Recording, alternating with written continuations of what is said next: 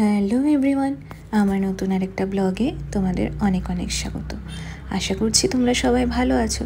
আর আমি আজ আবারও চলে এসেছি আফটার ডিউটি আমার ডেলি রুটিন ব্লগ নিয়ে।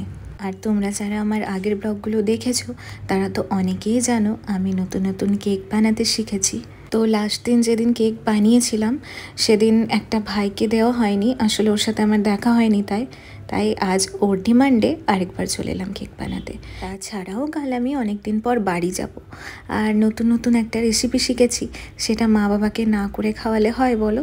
তাই জন্য ভাবলাম আজকে আরেকটা কেক বানিয়ে ফেলি, যেটা মা বাবার জন্যও নিয়ে যাওয়া হবে আর ভাইটাকেও দেওয়া হয়ে যাবে।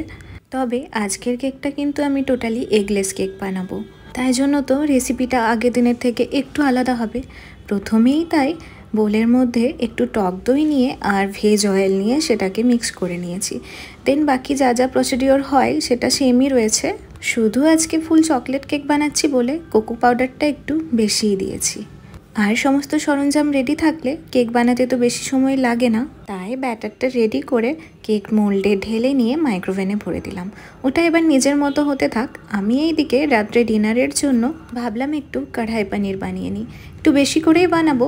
টিটুর জন্য ফ্রিজে স্টোর করে রেখে দেবো। ও এবার আমার সাথে বাড়ি যাচ্ছে না, কারণ ওর কালকে ক্রিকেট টুর্নামেন্ট রয়েছে, তো খেলার জন্য ও এবারে যেতে পারছে না। ফ্রিজে স্টোর করা থাকলে ও নিজের ইচ্ছে মতো বার করে গরম করে সেটা খেতে পারবে।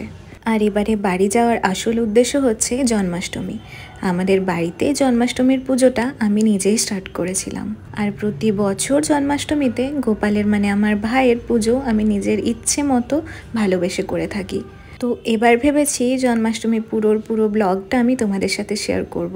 যদিও পুজোর দিন একটু তো চাপ থাকেই, কিন্তু তারপরেও আমি ভেবেছি ছোট ছোট কিছু ক্লিপ তুলে রাখবো, সেগুলো পরে তোমাদের সাথে শেয়ার করব। যাই হোক, এবার একটু রান্নায় ফিরে আসি। আমি কড়াই পনির বানাবো বলে পেঁয়াজ, আদা, টমেটো এগুলোকে একটু কিউব করে কেটে নিয়েছিলাম, আর তার সাথে একটু কাজু মিক্স করে সেগুলো হালকা একটু ফ্রাই করে নিয়েছি। তারপর সেগুলোকে ঠান্ডা করে তার মধ্যে একটু পোস্ত মিশিয়ে সবটা একসাথে গ্রাইন্ড করে নিয়েছি।